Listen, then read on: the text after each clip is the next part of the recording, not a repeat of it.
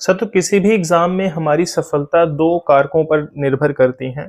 पहला कारक है कि हमने उस परीक्षा के लिए कितनी मेहनत से, लगन से, डेडिकेशन के साथ अध्ययन किया है और दूसरा साथियों कारक है कि हमारी किस्मत कितना साथ देती है उस परीक्षा में।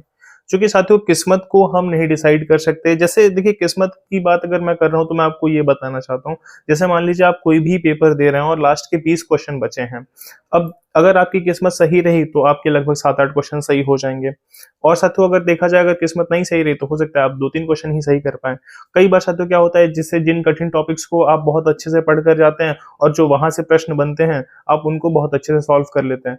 कई बार क्या होता है जिन आसान टॉपिक्स को आप ये समझकर छोड़ देते हो कि ये तो जो है क्वेश्चन नहीं आ सकता एग्ज़ाम में और वहाँ से क्वेश्चन आ जाता है, तो ये साथियों किस्मत पे भी डिपेंड करता है क्योंकि देखिए पूरे सिलेबस को कवर करना 100% सिलेबस को कवर करके बहुत कम ही लोग हैं जो जाते होंगे जो पूरा 100% सिलेबस को पढ़ कर जाते हों। लगभग साथियों मैक्सिमम एस्पिरेंट्स जो है 60-70% या लगभग 75-80% सिलेबस को पढ़ते हैं और वो लोग सिलेक्शन ले लेते हैं। तो साथियों आज की इस वीडियो में हम लोग किस्मत पे तो नहीं बात करेंगे, किस्मत को हम लोग नहीं डिसाइड कर सकते, हमारा लक क्या है, साथ देगा या नहीं, वो तो हम लोग नहीं डिसाइड कर सकते। लेकिन साथियों वो हम जो मेहनत कर सकते हैं, जो हमारी डेडिकेशन है, हमारी जो है तैयारी है, हम इस पे बात करेंगे और कैसे आप अपने मार्क्स को इंक्रीज़ कर सकते हो। अगर अभी आपके मार्क्स जो है कम आ रहे हैं, 50, 60, 55 आ रहे हैं और अगर आप इसको बढ़ाना चाहते हैं, 80 मार्क्स करना चाहते हैं, 90 मार्क्स करना चाहते हैं या 100 के आस-पास, मतलब जैसे भी आपकी कट ऑफ जारी हो चुकी है टियरी 4 में साथियों आप सभी को पता है कि लगभग सभी क्लासेस में अगर हम लोग देखें, चाहे वो पीजीटी हो, पीआरटी हो या फिर टीजीटी हो, जूनियर हो, तो अब जो है सभी क्लासेस में जो है पर्याप्त अभ्यर्थी उपस्थित हैं। मतलब 2 जो है नया एस्टेट हो चुका है साथियों और सीटेट भी हो चुके हैं। तो चाहे वो 1 टू 5 हो, 6 टू 8 हो या फिर टीजीटी हो या फिर पीजीटी, दोनों में ही आपको कॉम्पिटिशन देखने को मिलेगा। तो देखिए हम अपनी तरफ से जो गलतियाँ हम करते हैं उनको ना करें। बाकी देखिए लक का क्या है वो हम नहीं डिसाइड कर सकते। मान लीजिए आप बहुत अच्छी प्रिपरेशन करके जाते हैं और लक भी अगर आपका साथ दे देता है तो साथियों सिलेक्शन हो जाता है। मान लीजिए आपका जो है आपने प्रिपरेशन करी और आपका लक भी थोड़ा आपका जो है हेल्प कर दिया, तो निश्चित तौर पर आप सफल हो जाते हैं और लगभग साथियों 60 से 70% अभ्यर्थी ऐसे ही सफल होते हैं किसी भी परीक्षा में। बहुत ही कम लोग होंगे, 10-15% लोग होंगे जो पूरे सिलेबस को पढ़कर जाते हो और फिर वो सफल होते हो। लेकिन साथियों आज की इस वीडियो में हम लोग बात करेंगे कि ये जो हमारे हाथ में चीज़ है, जो हम अपनी मेहनत से कर सकते हैं। क्योंकि देखिए किसी भी परीक्षा में अगर आप देखते हैं, तो आप लगभग 70% या 75% क्वेश्चंस को अपनी पढ़ाई के बल पे, अपनी मेहनत के बल पे बिल्कुल आसानी से सॉल्व कर सकते हैं। आपको यहाँ मिस्टेक नहीं करना है और यहाँ पर आपको साथियों क्या-क्या चीज़ों को ध्यान देना चाहिए, किन चीज़ों को अगर आप ध्यान देंगे तो निश्चित तौर पर आपके अंक बढ़ेंगे। तो इसी पे हम लोग साथियों बात करेंगे अपनी इस वीडियो में। अगर आप लोग चैनल पे पहली बार आए हैं तो आप चैनल को सब्सक्राइब कर सकते हैं। मैं हूँ नीलेश और मेरा टीजीटी और जूनियर साथियों दोनों में ही सिलेक्शन हुआ था टियर 2.0 से। तो मैं आपको वही चीज़ें बताने का प्रयास करता हूँ साथियों जो मैंने खुद फॉलो किया है और जो आपके लिए वास्तविक रूप से जो है लाभकारी होगा। मैं आपको यूँ ही नहीं बताता कि आप जो है ये सभी किताबें पढ़ लीजिए। मैं आपको केवल काम की चीज़ें बताता हूँ, तो आप लोग चैनल से अवश्य जुड़ें। और साथियों मैंने आपको सभी पीवाईक्यूज़ प्रोवाइड करा दिए हैं जो आपको टेलीग्राम ग्रुप में मिल जाएगा। उसका लिंक मैंने डिस्क्रिप्शन बॉक्स में दे दिया, तो आप लोग टेलीग्राम ग्रुप से भी अवश्य जुड़ें। साथियों हम लोग बात करते हैं कैसे आप जो है कुछ मिस्टेक्स को अगर अवॉइड करते हैं तो निश्चित तौर पर आपके स्कोर बढ़ सकते हैं।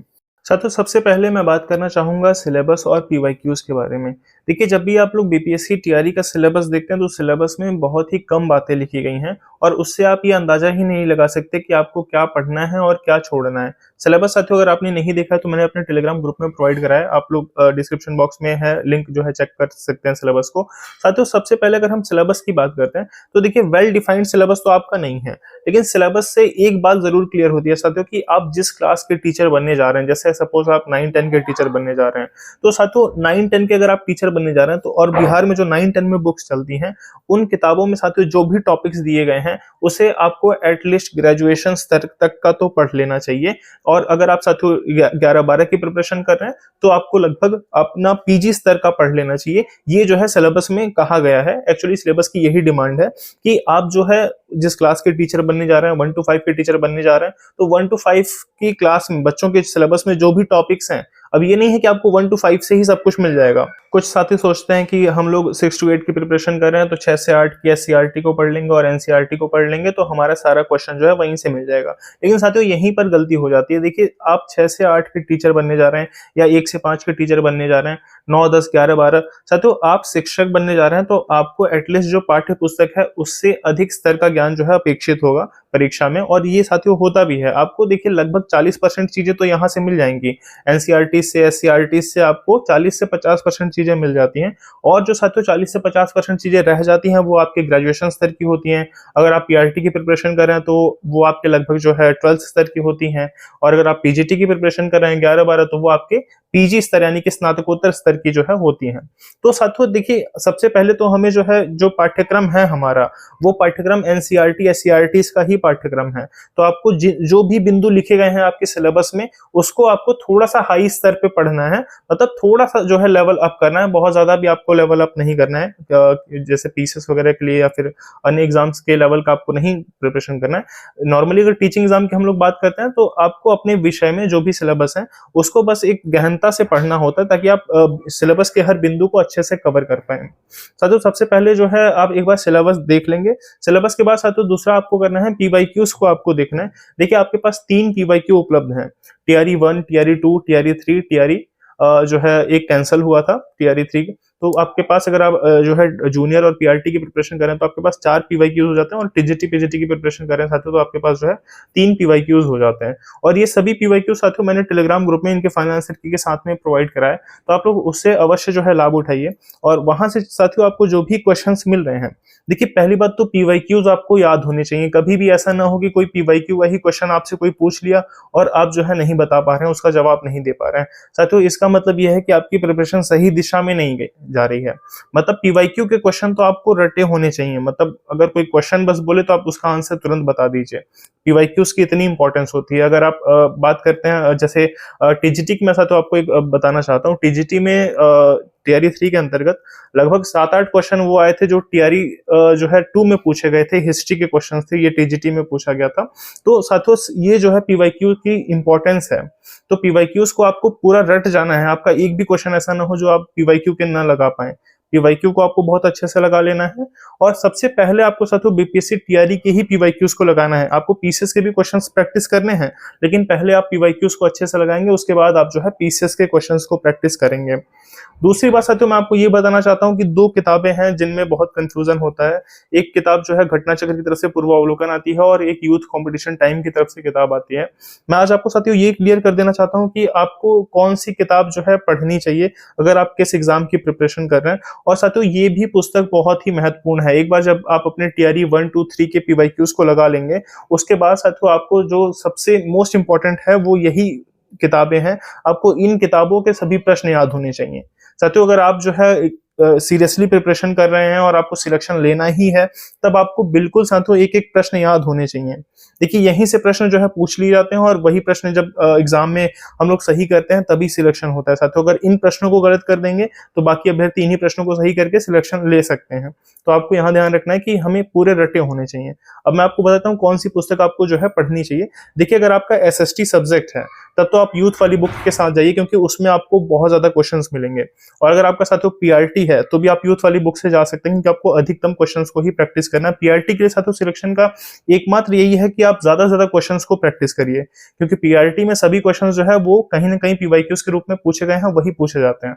बाकी टीजीटी पीजीटी जूनियर के अंतर्गत साथियों आपको अपनी पाठ्य पुस्तक जो एनसीईआरटी एससीईआरटी हैं उनके साथ साथ आपको अपने ग्रेजुएशन स्तर तक की तैयारी अच्छे से रखनी चाहिए। पीजीटी है तो आप जो है लगभग पोस्ट ग्रेजुएशन तक स्तर की जो है तैयारी रखेंगे। तो साथियों मैंने आपको बताया कि देखिए अगर आप टीजीटी पीजीटी और जूनियर की प्रिपरेशन कर रहे हैं और आपका सब्जेक्ट एसएसटी नहीं है, तो आपके लिए सबसे बेहतर जो है पूर्वावलोकन की ही किताब है, क्योंकि जो क्वेश्चंस रिपीट हुए हैं साथियों वो अधिकतम अगर मैं आपको बताना चाहूं तो वो मैक्सिमम क्वेश्चन जो है पीसीएस के ही रिपीट होते हैं।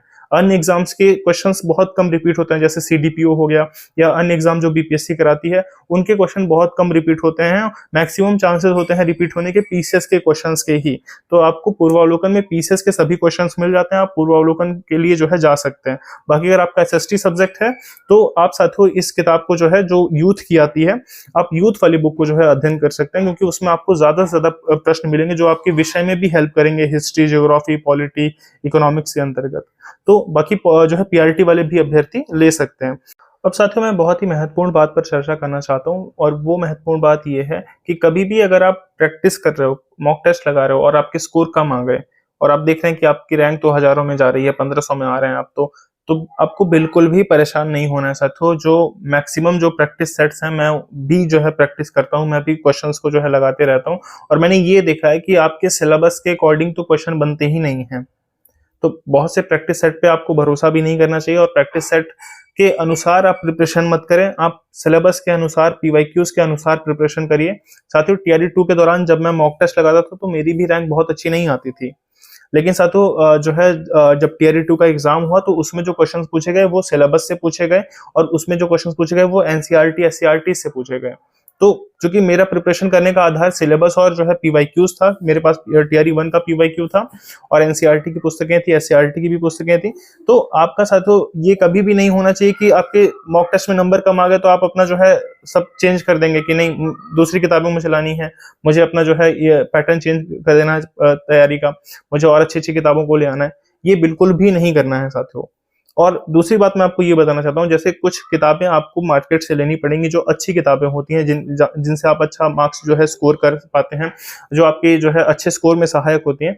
तो ऐसी किताबों से साथियों जब भी देखिए आप अध्ययन कर रहे हैं और जब आपके बेसिक क्वेश्चंस को जो है सही नहीं हो पा रहे हैं या गलत हो रहे हैं, तो आपको विचार करना चाहिए कि आप जो कंटेंट पढ़ रहे हैं वो सही है या नहीं। जब आप बेसिक क्वेश्चंस को गलत कर रहे हो, जो आपके सिलेबस के अकॉर्डिंग हो, जो आपकी पीवाईक्यूज के अकॉर्डिंग हो, और फिर भी आप उन प्रश्नों को जो है सॉल्व करने में अगर आप सफल नहीं हो पा रहे, तो आपको अपने कंटेंट की थोड़ा तो जो है तलाशी करनी होगी, और आपको ये देखना होगा कहीं मैं ऐसा कंटेंट तो नहीं पढ़ रहा कि वहां से प्रश्न ही नहीं आ रहे हैं। नाम तो बहुत है इस किताब का कि यहाँ से जो है पढ़ के लोग यूपीएससी निकाल लिए और भी बड़े एग्जाम्स निकाल लिए, लेकिन मुझे तो यहाँ से प्रश्न ही नहीं मिल रहे हैं। तो अगर आप ऐसे साथियों दुविधा में हैं तो आप अपने कंटेंट को जरूर चेक करिए, और कभी भी देखिए आपका प्रयास ये नहीं होना चाहिए कि आप ज्यादा पढ़ के जो है कम आउटपुट प्राप्त करें। आपका हमेशा ये होना चाहिए कि आप कम पढ़कर, जैसे एक पेज पढ़कर आप 10 क्वेश्चन को सॉल्व कर पाए, आपकी ऐसी जो है रणनीति होनी चाहिए। आपका ऐसा साथियों जो है एक मतलब एक तरीके से आपका इस तरीके का प्लान होना चाहिए कि कम पढ़ूं और ज्यादा क्वेश्चंस को मैं सही कर पाऊं। तो ऐसे स्रोत का आप चयन करेंगे तो निश्चित तौर पर साथियों जरूर आपको सफलता मिलेगी। और टीआरई 4.0 का विज्ञापन बहुत जल्द आपको देखने को मिलने ही वाला है। लगभग 6 महीने आपकी परीक्षा में बचे हुए हैं, तो साथियों ये जो भी लास्ट के 6 महीने हैं बहुत ही महत्वपूर्ण है, और जो चीजें मैं आपसे शेयर कर रहा हूँ आगे भी मैं आपसे शेयर करता रहूंगा। तो आप लोग चैनल से अवश्य जुड़े रहिए, टेलीग्राम ग्रुप से आप लोग जुड़ जाइए जिसका लिंक मैंने डिस्क्रिप्शन बॉक्स में दे दिया है। और साथियों अगर आपका कोई भी डाउट है, कमेंट है, तो आप लोग डिस्क्रिप्शन बॉक्स में कमेंट बॉक्स में आप लोग बता सकते हैं, मैं उसका आपको जरूर रिप्लाई करूंगा। इस वीडियो को देखने के लिए साथियों आप सभी का बहुत बहुत धन्यवाद।